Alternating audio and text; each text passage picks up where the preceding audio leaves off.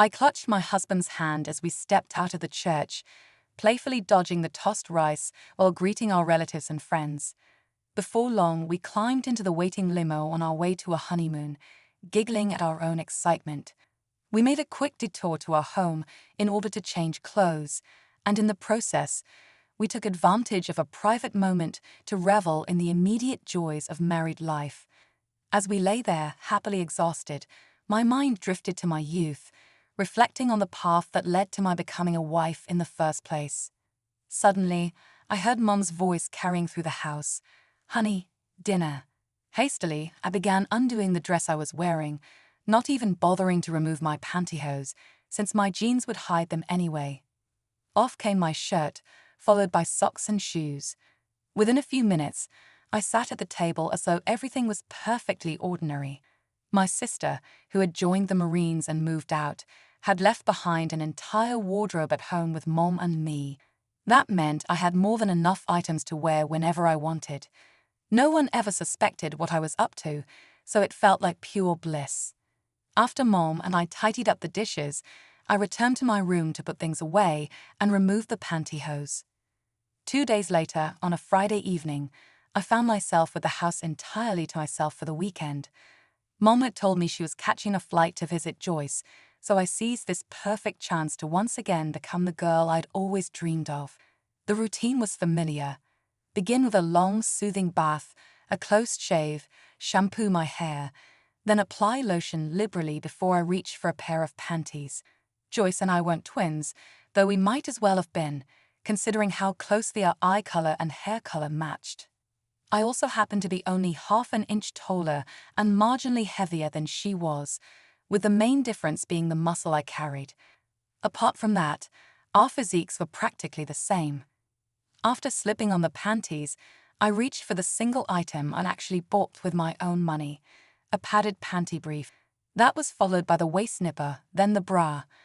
Once I'd assembled that basic foundation, I went into Joyce's bedroom, sat at her vanity, and worked carefully on my makeup. My skills had significantly improved through trial and error, and by then, I thought I could match the appearance of most girls my age. My hair was relatively long, so a blow-dryer, a rat-tail comb, and a brush were all I needed to fashion a convincingly feminine style. After I deemed it finished, I headed to the closet to pick my outfit for the evening. I selected a short green skirt, a simple white blouse with a round neckline, and a tan sweater, then took them back to my own room. Only after placing my homemade birdseed forms in the bra cups did I get dressed. Usually, my transformation didn't take long, and once I added earrings, a necklace, a watch, the right lipstick, and a dab of perfume, I grabbed a purse, slipped on my low heels, and walked out. My plan was to catch a movie, then possibly treat myself to a burger afterward. I made certain I had my car keys and any essentials before leaving the house. I'd ventured out dressed this way more than just a few times driving around, going to the movies, and I'd even been hit on once or twice. The confidence I built up helped me leave the house without hesitation. But I was oblivious to the trouble brewing ahead. That same night, my mom and sister had apparently run into each other, and everything was about to change in a way I could never have predicted. I had no difficulty at the movie theater. Later, I stepped inside a burger place for the first time in this guise and ordered a meal. It was around 11 at night when I headed back to the house. The street was dimly lit, but I saw lights shining inside through the windows. I couldn't recall if I'd left them on. Typically, I turned everything off. I parked in the driveway and, in my usual routine, went through the back door. After turning right into the kitchen, I was stunned to discover Joyce and Mom sitting at the table waiting. They gasped the moment they saw me standing in the doorway, and I froze in place, too mortified to move. We all just stared, my face burning with embarrassment. I thought I might escape to my room, but Joyce blocked me with an outstretched arm, and Mom motioned for me to sit down. Reluctantly, I complied, cursing my rotten luck. "I thought," I said irritably, "you were flying out to see Joyce." "I was," Mom answered calmly, "but last-minute changes meant Joyce came home instead. Is that why you're dressed this way? Because you thought I wouldn't be here?" Joyce jumped in before I could speak. Oh, come on, Mom. Take a good look at her. Does this look like a one-time deal? I'll bet anything she's been doing this forever, and I'd wager this isn't her first outing. Turning to me with a mischievous smile, Joyce added, so did you have a date, or did you fly solo? I went alone, I retorted emphatically. I always do. Unfortunately, the second those words left my mouth, I realized my error. I had just admitted I'd gone out like this before and more than once. Mom picked up on it instantly, disapproval evident in her eyes. We're all tired, she announced. We'll talk about this in the morning. And since it's obvious we do need to talk, I'd like the same faces at breakfast tomorrow. Then, shooting me a meaningful look, she clarified, by the same face. I mean, I want you at the table looking like this, understand? I nodded. She wanted me dressed as a girl for breakfast, and she appeared unconcerned about my own wishes or level of comfort. That night, I lay awake anxious about what would happen in the morning. Yet part of me was oddly relieved I wouldn't have to hide anymore, at least not from Mom and Joyce. When morning finally arrived, I realized there wouldn't be much fuss needed for this encore performance. I showered and shaved, then gently tapped on Joyce's door, hoping to borrow her makeup again. She said nothing while I applied it in front of her mirror. She simply watched my routine. When I finished with my hair, decorating it with a couple of tiny bows, she asked what I planned on wearing. I didn't hesitate to choose a navy skirt from her closet. Back in my room, I teamed it with the same white blouse and tan sweater from the night before, figuring there was no sense hiding anymore. After all, nothing I did would erase the fact that both Mom and Joyce had found out. They now knew beyond a doubt that I had not only perfected dressing as a girl, but was also confident enough to leave the house. Joyce, dressed in a somewhat similar style, greeted me in my doorway. She gave me a warm smile, and together we went to the kitchen. Mom was already there, so Joyce and I poured ourselves coffee, then waited for her to join us. Mom looked at us thoughtfully, then spoke to me directly. I've always known that you two looked remarkably alike, but I never realized just how much until last night. So, what should I call you? I never even asked your name. Trying not to tremble, I offered Amelia. I go by Amelia. Well, Mom continued, I never realized how identical you two are until I saw you out in that get-up. Judging by how skillful you are at this, it must have been going on for a long time. I mean, you look lovely, and I'm guessing this isn't the first time you've been outside dressed like that. But I would love some answers. Of course, I would have rather avoided explaining anything, yet it seemed I had no choice. I've been out a few times, okay, more than a few. Honestly, it's just a bit of fun, and no one ever suspected anything until now. Mom regarded me with affectionate skepticism. I'm sure you've had no problems passing. You're adorable after all. But why do I get the feeling you aren't entirely truthful when you say this is only once in a while? Looking at you, it's obvious a boy couldn't look this good as a girl unless he'd spent ages mastering it. And that directly contradicts what you claimed last night, doesn't it? I sipped my coffee, words failing me, knowing she caught my slip. Joyce stepped in to defend me. If Amelia enjoys showing up every now and then, why not let her? I can't see the harm. Have you looked at her? I remained silent, as did Mom. Then Mom suddenly brightened. She outlined a plan, prompting Joyce to simply say okay, while I swallowed nervously. Mom passed me some cash and a grocery list, instructing Joyce and me to return by noon. She insisted she wanted to see how capable I was in public, as though she were testing me. Joyce and I drained the last of our coffee, grabbed our purses, and left for the store. I felt a little on edge, unaccustomed to the daylight while dressed this way, but Joyce's coaxing got me into the car. As soon as we backed out of the driveway, Joyce demanded I tell her everything.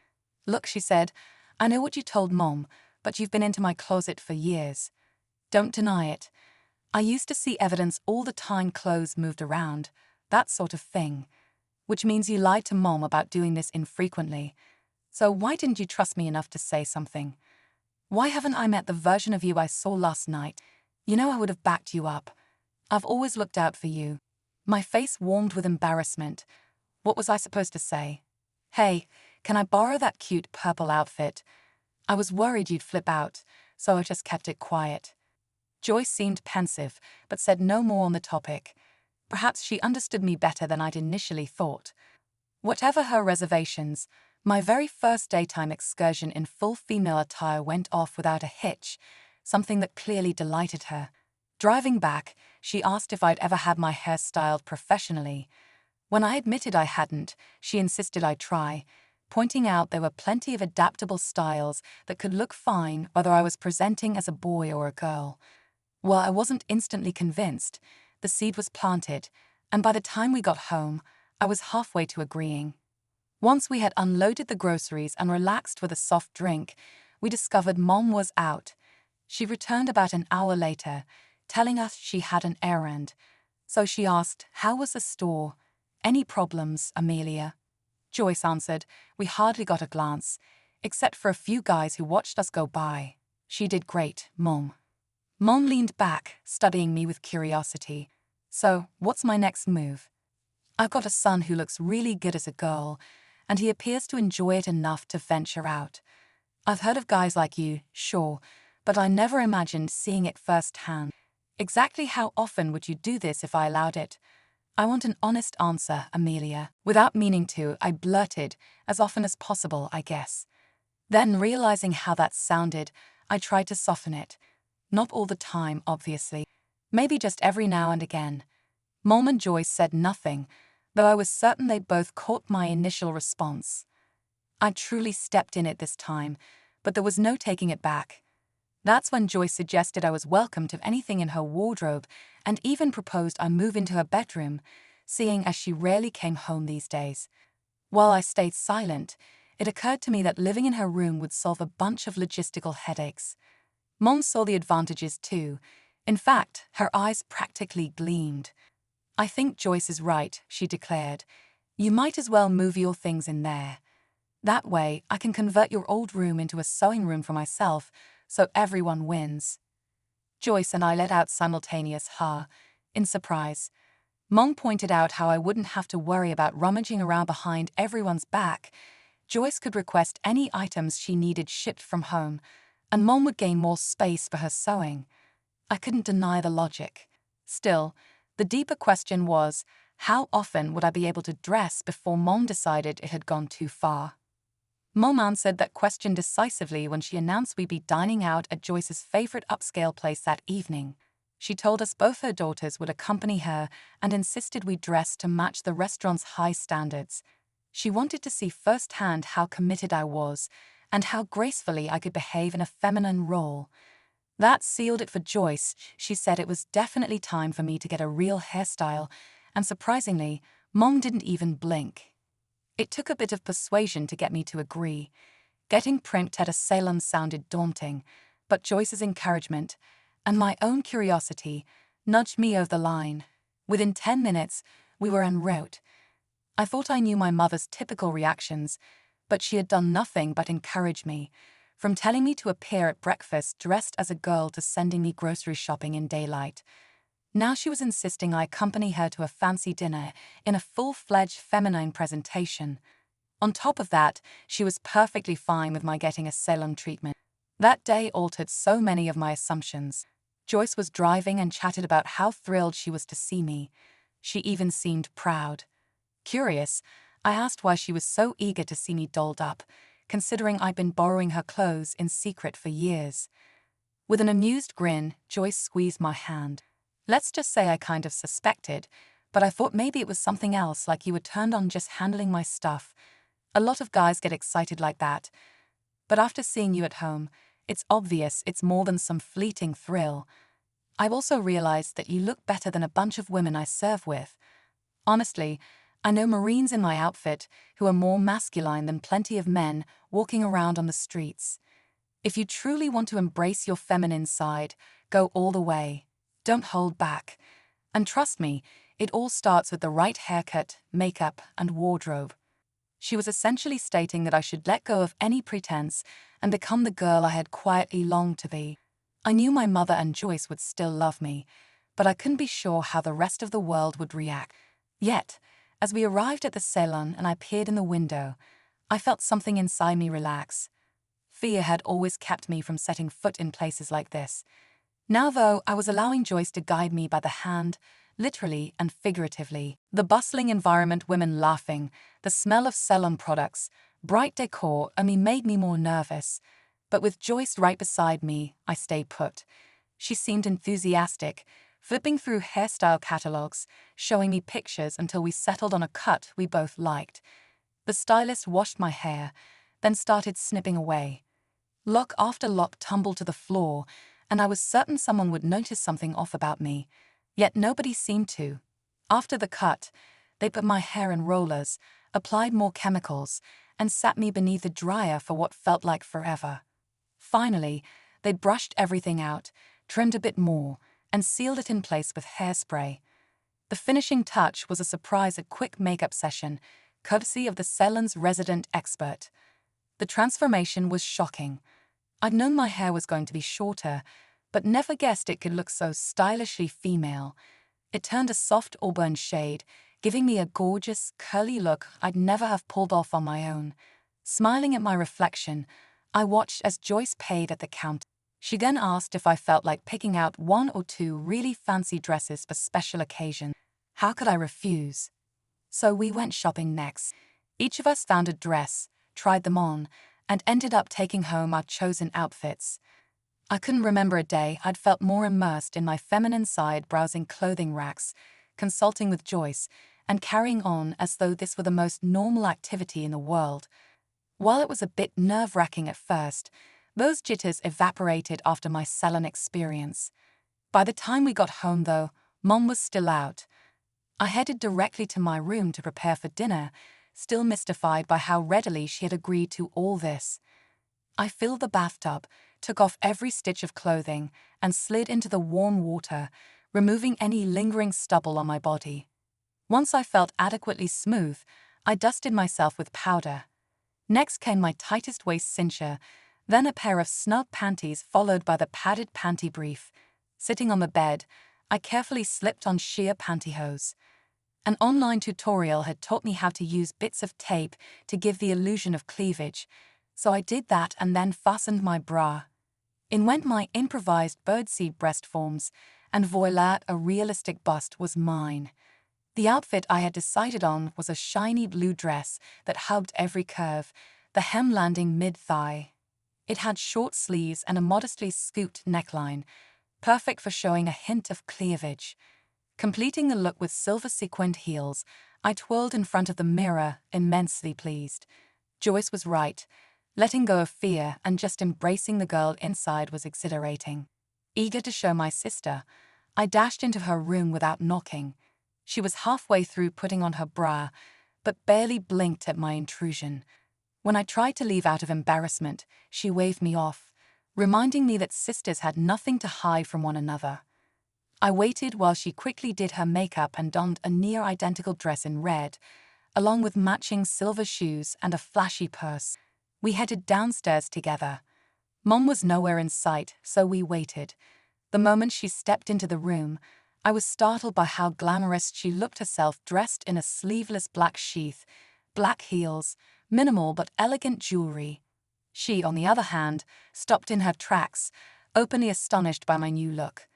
Seeing Joyce and me side by side only made the resemblance more striking. Mom merely smiled and said, "Shall we?" and the three of us left for the restaurant. Even though I felt a little exposed, an odd calm came over me. We were seated in a plush booth, Mom across from me. She studied me a while before speaking. "Amelia, I am in utter awe. You look as pretty as Joyce, and so far, I haven't noticed a single slip in your feminine manner." She folded her hands and continued, "You've avoided saying why you enjoy dressing like this, but I suspect it's not a phase that'll vanish overnight. If you do want to explain, I'd honestly love to know why you feel the need to be a woman." Deciding not to hold anything back, I answered, "I wish I had a single reason. I don't even completely understand it myself. I just know I felt like this since I was really small, and as you guessed, I've been sneaking out dressed for years. I was always super careful. You had no idea, at least, not until now. But after Joyce and I visited the salon today, I realized I just can't keep it part-time anymore." I inhaled deeply and confessed my true aspiration. "Mom, I want to live as Amelia full-time. I see, she responded, looking pensive. So you're saying you want me to think of myself as having 2 daughters. Would you attend college as Amelia too? I shrugged, trying to keep my voice steady. Why not? You and Joyce both pointed out how I pass without any trouble. Nobody's ever suspected anything before. That's definitely true, dear. You are extremely convincing, and I don't imagine you've encountered many issues. But this is a drastic shift in your life. What were you planning to do about all your school records? Those are in your other name. With a hint of a grin, I told her, all those files use just my first initial, A, plus the last name. When I requested them, that's exactly how they arrived. So it's easy Adrian becomes Amelia. She asked, so you've been thinking this through for a while, haven't you? I'm not going to pretend it was a fully formed plan, I answered honestly. But I have dreamed about it, secretly. I just never thought it might actually happen until today. The waiter arrived to take our orders, and we turned our attention to dinner. Joyce rescued me from further interrogation by urging Mom to face the facts. Face it, Mom, she said with a teasing laugh. Even if Amelia had to wait until after college, eventually you'd have another daughter. Why not make it easier on everyone by letting her go for it now? You know I'm right. Mom took her time, quietly eating before speaking again. This is all so abrupt for me. I admit I'm not sure I understand your feelings, Amelia, but I do see Joyce's point. If you've been going out dressed since before high school, you're clearly determined. Now you say you want to be a girl all the time. There's the legal aspect to think of, as well as how the rest of our family will react. Your grandfather might blow a fuse, but you're an adult now, so if this is truly what you want, maybe we can test it. Let's say you live entirely as Amelia for a month. If it doesn't feel right, you can always revert to a part-time arrangement. Okay. I was thrilled she'd agreed at all, and on the drive home, I almost burst from excitement. Joyce pulled me into her bedroom and hugged me fiercely, celebrating our mother's openness. Later, in my own room, I readied myself for bed. Just as I was about to climb under the covers in my underwear, I heard something hit the floor, a small, sheer red nightgown thrown from Joyce's doorway. Through the crack in the door, I could see her grin. That night, I slept wearing next to nothing, satisfied and warm with the promise that the next morning would officially begin this new adventure. Sure enough, the following day, I got dressed in jeans, a casual top, and sneakers. With my makeup done, I joined everyone for breakfast. Joyce's flight left in the early afternoon, so after helping her pack, Mom and I drove her to the airport. We stayed until her plane taxied away, then headed back. I was behind the wheel when Mom calmly said, I'll help you pack your belongings into Joyce's room when we get home. Might as well see which of her clothes fit and weed out the ones you won't need. That sorting alone took nearly an hour. I cleared out things I had no use for, then started moving my own stuff in. I didn't bring much besides my computer and a handful of clothes. By the time it was nearly 8, I showered, put on a full-length nightgown plus robe, and went to look for Mom.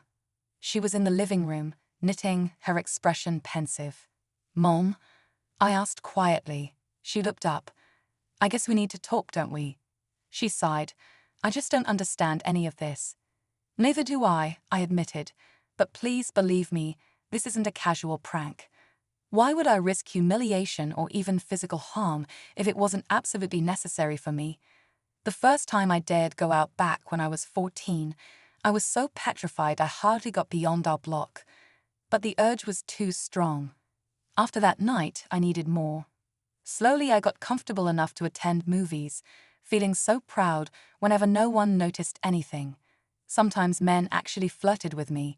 You can't imagine how that felt. It meant I was doing well enough to fool them into thinking I was just another girl. Then I started being less fearful. Now you're upset, maybe because you're worried about my safety or what other people will say. Frankly, that part scares me too. But for the first time ever, I feel complete. I'm overjoyed, and I need you on my side. Tears welled in her eyes. She reached out, and we embraced, our faces wet with mingled tears. The bond we shared as mother and child felt just as strong as it ever had. I realized she wasn't angry, more likely she was frightened or unsure. We sat like that, quietly, until the late news ended. Then we both turned in for the night. Before falling asleep, I wondered if even I would ever fully grasp this drive I had. Helping Mom understand it seemed even more challenging. Still, I couldn't deny how relieved I was that my secret was no longer a secret at home. That night, I dreamed I was a biological woman, able to have children of my own. It was a sweet, peaceful vision. In the morning, I rose and had some coffee, then invited Mom into my new room to demonstrate how I managed to create a shapely figure. She perched on the bed and watched with fascination as I revealed the nylon sacks I stuffed with birdseed for breasts.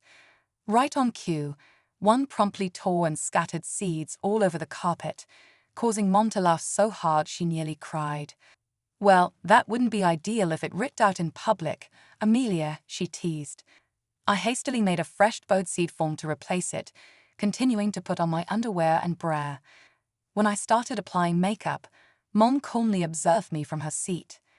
"Maybe," Mom mused, "we should find some professional breast forms for you, ones that won't pop open or fall out. I've heard they can look very natural these days. How about we take the day to look into that?" She definitely caught me off guard. I almost poked my eye out with the mascara wand, but managed to give her an enthusiastic yes. Once I pulled on a skirt, I let her know about a store I discovered online. She didn't seem surprised I'd already researched this possibility. On our way out the door, she stopped to hug me. We headed straight for the place, a quick 20-minute drive. When we walked inside, a young woman greeted us, appearing only a couple of years older than me. That made me slightly nervous, but Mom stepped in to announce we were looking for top-of-the-line breast forms. The clerk explained they custom-made them. She had samples to show the texture and general shape, but each final piece was tailored through a laser process to match the client's body. "And how are you handling things now?" she asked, directing the question to Mom, but eyeing me curiously. Mom just smiled, nodded toward me, and winked. Taking the hint, I opened my blouse, reached into my bra, and handed her a nylon stocking stuffed with birdseed. The girl's eyes widened, and then she broke into giggles. "I can promise we can do much better than this," she said, beckoning us toward a private area. An older woman ran the measuring process there, asking me to remove my blouse and bra. She seemed entirely unruffled, simply instructing me to sit down, covering my chest in some kind of gel, and then starting up a laser scanner. In just 2 hours, I walked out with a pair of breasts that looked like I'd been born with them. Mom footed the bill. I felt a rush of euphoria. These new additions were physically attached to me, bouncing and moving just like authentic flesh. I felt more feminine than ever. On the way to the car, Mom shook her head in awe. "They're shockingly real, Amelia. Not a single scene that I can see." All I could do was beam. Mom asked if I'd noticed the explanation about how these forms were bonded to my skin. When I said I remembered needing to be careful with sharp objects, she elaborated. She said after a few hours, they'll warm up, and if someone touches them, you'll sense it like it's your own body. I gushed, "That's so cool." Mom shot me a warning look. "That doesn't give you permission to go find some random boy to test them out on, young lady. It only means you might feel it if you get that close to someone." We laughed about it on the drive home. Mom then proposed visiting the DMV, wondering if, with her help, I could get my driver's license updated. To my amazement, I walked out with a shiny new license that reflected my new name, which almost made me scream with excitement. Once home, I darted to my room to take off my bra and admire my reflection. I gently touched my new breasts, thrilled to feel that subtle tingle. In my exuberance, I threw on a flimsy top without a bra and sauntered into the kitchen, my chest swaying freely. Mom took one look, scolded me, and insisted I go back upstairs to put on proper support. I pouted a bit, but did as told. The next morning, I decided I should search for a job. Sitting around the house with nothing to do was tedious, and I was competent with typing and computers. Mom had left early for work, so she had no clue I was heading out to apply at offices. Dressing in what Mom called an MBA suit, a neat navy skirt with a matching jacket, plus a blouse and navy heels, I felt ready for anything. My first stop yielded no openings. The second had a vacancy, but not one for which I was qualified. The third place, however, welcomed me eagerly. I got a brief tour and met a few of the staff. Then I was escorted to someone's office, where I was offered the position. In the midst of filling out paperwork, I hesitated when it came to writing my social security number. The woman overseeing me must have sensed my apprehension. "Is something the matter?" she asked kindly. "Just let me know. I might be able to help." After a deep breath, I confessed, "I'm not actually, well, I wasn't born female. If I put my real number here, people might realize and spread it around." She leaned back, considering. Then she gave me a comforting smile. "All right, let's list your first initial. That's all that shows up on paychecks, and the accounting department never leaves their area. No one will be the wiser. Will that be okay?" I practically sagged with relief. "Yes, that's perfect. Thank you." She patted my hand. "You're a lovely young woman, Amelia. I'd never have guessed you weren't a cis girl. Your mother must have done a wonderful job raising you." Then, pulling out a few documents, she continued, "We have 3 departments that need help. Let's figure out which one suits you best." She named them, giving quick overviews. We ultimately chose the executive offices, since an up-and-coming junior executive needed an assistant under his main secretary. It was basically an entry-level role, filing, typing, fetching. But I'd be making $9 an hour, which seemed more than fair. We rode the elevator to the assigned floor, where I was introduced to Juliet, a senior secretary who appeared a bit skeptical at first. She showed me to a small desk, ordered a phone for me, and began listing off my future tasks. I would essentially be a gopher. Still, they were paying me, so I had no complaints. Staying the rest of that day, I tried to familiarize myself with the system, where files were stored, how the staff interacted, and so on. Juliet eventually warmed up to me, and I discovered she planned to retire soon. Her husband had retired 2 months earlier, and they wanted to relocate somewhere warm. She lowered her voice and teased, "I can't wait to have him all to myself. We'll be able to, well, do the things we love, far more often." We both laughed, and she instantly felt more approachable. That evening, I rushed home to tell Mom, excited that my secret was safe, and that these people wanted me on their team. She was initially wary, but seemed pleased, remarking that my real education as a girl was about to begin. She laughed when I declared I'd only wear skirts and dresses from now on, but she did caution that I'd soon see why many women keep emergency flats in their desk drawers. Mom knew all the ins and outs of the corporate world, having spent years in insurance. Following her advice, that night I packed a small bag with a spare pair of pantyhose, comfortable flats, and even jeans and a sweater just in case. From then on, I adapted to the early mornings, carefully doing my makeup and hair. My new breasts became so natural to me that I barely noticed them unless something brushed against my chest. Juliet taught me the office ropes, which basically meant I was learning her job as well as my own, so she could retire knowing someone could fill her shoes. The junior exec under whom I worked introduced himself as Jack. He was only slightly older than me, sporting warm brown eyes, a solid physique, and an inviting smile. I liked him immediately. Over coffee, Juliet let me know that Jack was engaged. Though she also cautioned me to be mindful, he seemed to be watching me with more interest than was strictly professional. But at the time, I wasn't looking to date any guy. My dream was to be a woman, period. Although romance had crossed my mind occasionally, I mostly wrote it off as too complicated. In truth, I was just settling into my life as a full-time female, so the possibility of a boyfriend seemed low on the priority list. By the end of the first week, I'd grasped my routine. I got faster at getting ready each morning, picking outfits, styling my auburn curls, doing my makeup. As for Jack, he assigned me certain cost sheets to handle, but he clearly had no idea how to organize a spreadsheet. After a few days of me flailing around with the mismatched numbers, I asked Juliet for help. She summoned Jack, then scolded him like a mother lecturing her child. Timidly, he promised to work more closely with me to sort out exactly what he needed. Later, in my tiny workspace, he stood behind me, leaning in so close I could feel his breath on my neck. That alone made me squirm slightly in my seat. He joked that Juliet had a knack for bossing everyone around and that no one says no to her. I was impressed with how respectful he was. Before leaving, he smiled, and I felt my cheeks grow warm. I reminded myself that he was engaged, so I forced any fleeting thoughts aside. A couple of weeks later, I was fully at ease in the office environment. The other young women in my department included me in their circle, and I genuinely felt like one of the girls. My first paycheck arrived, and I proudly paid back Mom for the cost of my breast forms. I also treated myself to some new clothes and stashed away a small amount in savings. Mom was typically only around in the evenings, and sometimes she was out late, telling me she was busy whenever I inquired.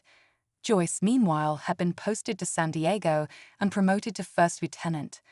On a Friday, my colleagues invited me for what they called a hoot session after work. It turned out to be an eye-opener. We stopped at a restaurant first, and I discovered that a group of women away from their desks can be completely different from how they act at the office.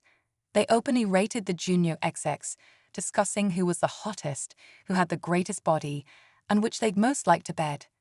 Jack was a top contender across the board. They asked me if he'd made a move on me yet, and when I said no, they simply assumed I was lying, teasing me mercilessly. My blush and nervous chuckle must have convinced them I was secretly dating him. Ironically, that bit of coyness only boosted my cred as a genuine girl in their eyes. I was still recovering from all the ribbing when I spotted a man escorting my mother into the same restaurant. He was handsome, dressed in a gleaming grey suit. I didn't want to disturb them, so I pretended not to notice. Later, my group left for a place called the Stud Farm, of all things. The name rang faint bells, but nothing had prepared me for the actual venue. Bass-driven music, low lighting, and a stage lit up by a near-naked male dancer. My co-workers whooped and shouted as he stripped down to a G-string, his oiled muscles rippling under the spotlights. One by one, similarly built men paraded up there, eliciting cheers and tips. I mostly feigned enjoyment, wanting to blend in. But when one of the guys wandered to our table and gyrated in front of me, I was taken aback. He winked, and the rest of the women egged me on. With trembling fingers, I pulled a $5 bill from my purse. He grabbed my wrist, making me push the money deep into his G-string. I made contact with a part of him I'd never touched on anyone before. My face flamed, and I heard hoots of laughter all around. He flashed a grin and moved on. Eventually, we called it a night.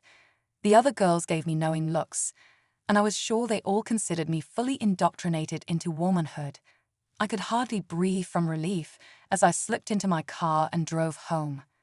Unsurprisingly, Mom was still out with her mystery date. I changed into pajamas, still wondering if I was the only one of my group who found that place overwhelming rather than purely thrilling. The following day, I returned to the shop that had made my breast forms. I showed the older lady who ran it some pictures I found online, describing an item I was curious about. She laughed, confirming she produced pieces like that for various clients. When she showed me some photos of her handiwork, I was amazed and asked if she could craft one for me. Over the next few hours, I was measured and fitted with a new piece that attached seamlessly to my lower body, matching my skin tone and concealing any hint of my original anatomy. Like my breast forms, it had a mesh backing that adhered to me, meaning I no longer had to worry about certain parts being compressed or giving me away in a public restroom. By the time I left, I felt more confident in my female presentation than ever. I celebrated by stopping at a mall lingerie boutique, picking up 2 low-cut push-up bras, a couple of high-cut panties, and another skimpy nightgown. As I left, arms laden with bags, I crashed headlong into a stranger, knocking him to the floor. He jumped to his feet, looking ready to scold me, until our eyes met and I recognized him, the dancer from the Stud Farm, the one whose G-string I'd stuffed with a 5. He looked as startled as I was. "Well, hello again," he greeted me with a smile. "Amelia, right? Don't worry about earlier. Stripping is just my job to pay for college. I get good tips, and the salary helps fund my classes. I'm just an ordinary guy, believe it or not."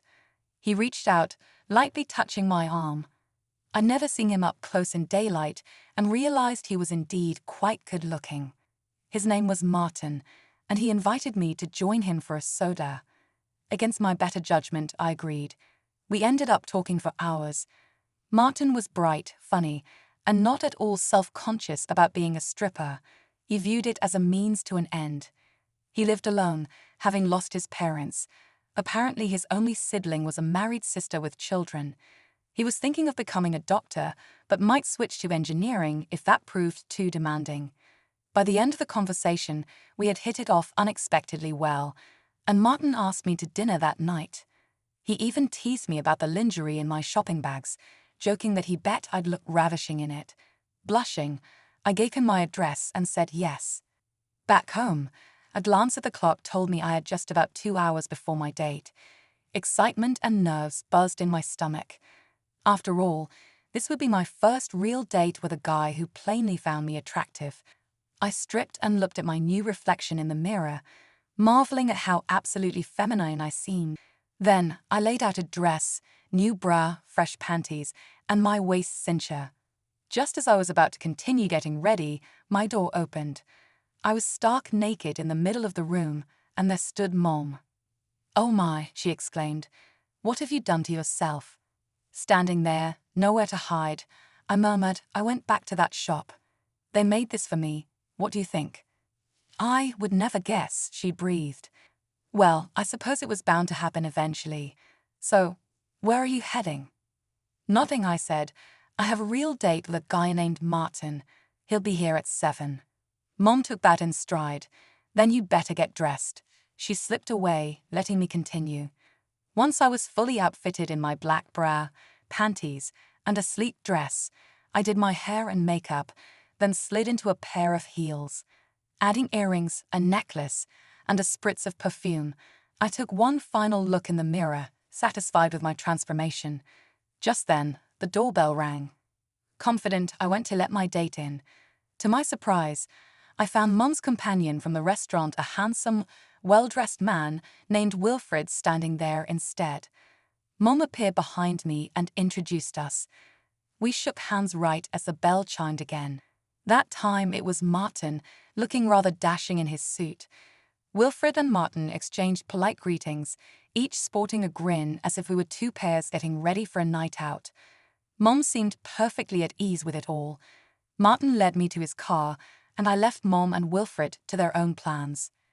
That evening was magical. Martin took me to a small, cozy place, made me laugh, and seemed genuinely taken with me. Hours later, in the driveway at home, he leaned over to kiss me, and I didn't fight it. When he pulled me into his arms, I melted.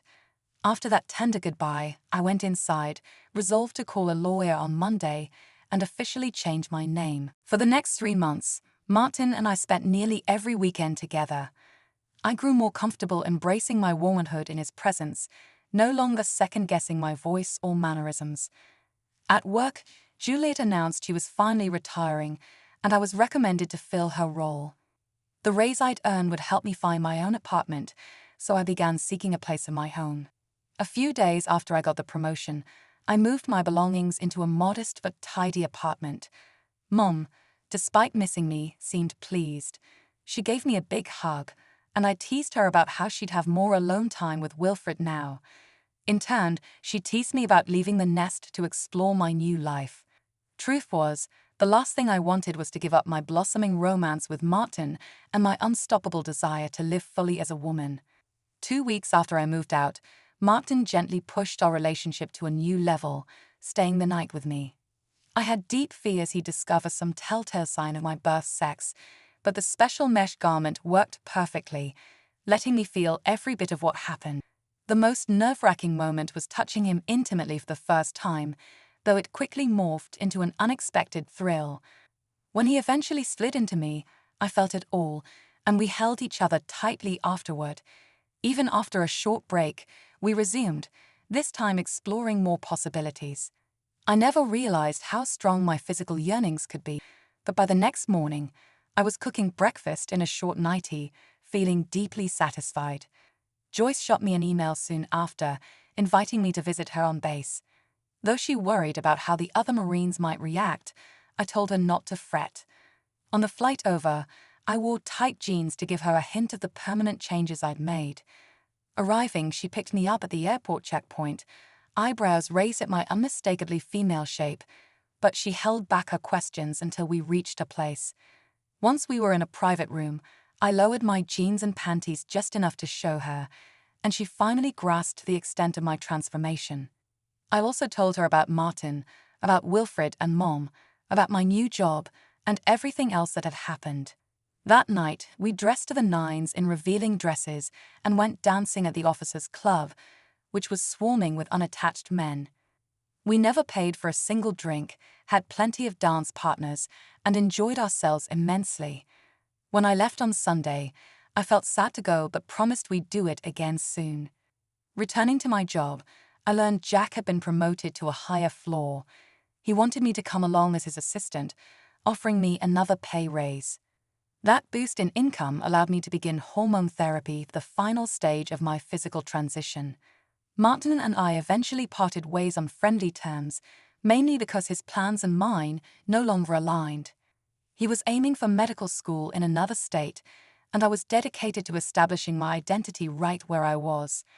After him, I dated a few guys, but nothing stuck beyond a couple of months, leaving me to wonder if my standards were too high, or if they sensed something different about me that I tried so hard to hide. My body responded swiftly to the hormones, so within months my own breasts started growing, allowing me to discard the attachable forms in favor of simpler enhancements that just rounded out my silhouette. Despite losing the props, my figure stayed shapely. At 5 feet 8 inches and around 115 pounds, I couldn't complain about my proportion.